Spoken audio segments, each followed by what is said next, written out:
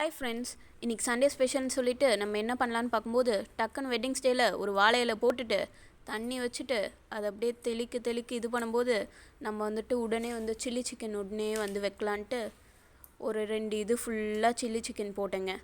அதுக்கப்புறம் அது வச்சுட்டு இன்னும் நிறையா இருக்குது அப்படின்னு என் வீட்டுக்காரர்கிட்ட சொல்லி அடுத்து பெப்பர் சிக்கன் வச்சுட்டு, என்னம்மா இன்றைக்கி என்ன திடீர்னு இவ்வளோ ஸ்பெஷல்? நாங்கள் சும்மா ஒரு இதுக்குதா அப்படின்னு சொல்லிட்டு, ஸ்பெஷல் ஒன்று இருக்குது நான் அப்புறம் சொல்கிறேன் அப்படின்னு சொல்லிட்டு குலோப் ஜாமுன்னு வச்சுட்டு, அதுக்கப்புறம் சுட சுட சுட பிரியாணியும் போடலான்ட்டு ஃபுல்லாக அண்ணால் பறக்க போட்டுட்டு, என்னம்மா இன்னைக்கு வாழை இலையெல்லாம் வைக்கிற அப்படின்னு கேட்டார்.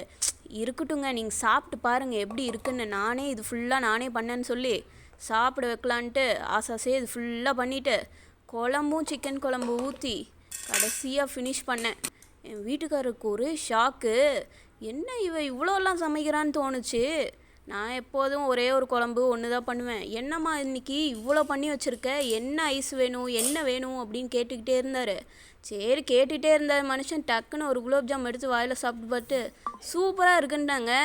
சரி அதையும் வச்சுட்டு, சரி பிரியாணி சாப்பிடுங்க, சும்மா வேடிக்கை பார்க்கவா போட்டோம் அப்படின்னு சொன்னேன். உடனே ஒரு சிக்கன் பீஸ் எடுத்து இருமா நான் பண்ணுறேன்னு சொல்லிவிட்டு ஒரு சிக்கன் பீஸ் எடுத்து வச்சுட்டு குழம்புல போட்டு ஒரு புரட்டிட்டு, இருமா அவசரப்படாத, அந்த சிக்கன் இன்னொன்று மீதி இருக்குல்ல அதையும் எடுத்து போட்டு கலக்குவோம் அப்படின்னு கலக்கி, என்னடா ரொம்ப நேரம் பெரட்டிக்கிட்டே இருக்காரு, நானும் பார்த்துக்கிட்டே இருப்பார் வைப்பாருன்னு எவ்வளோ நேரம் பொறுமை எழுந்து பார்த்தா கடைசியில் பரவாயில்ல ஏதோ ரொம்ப நேரம் கழித்து வாயில் வச்சாரு.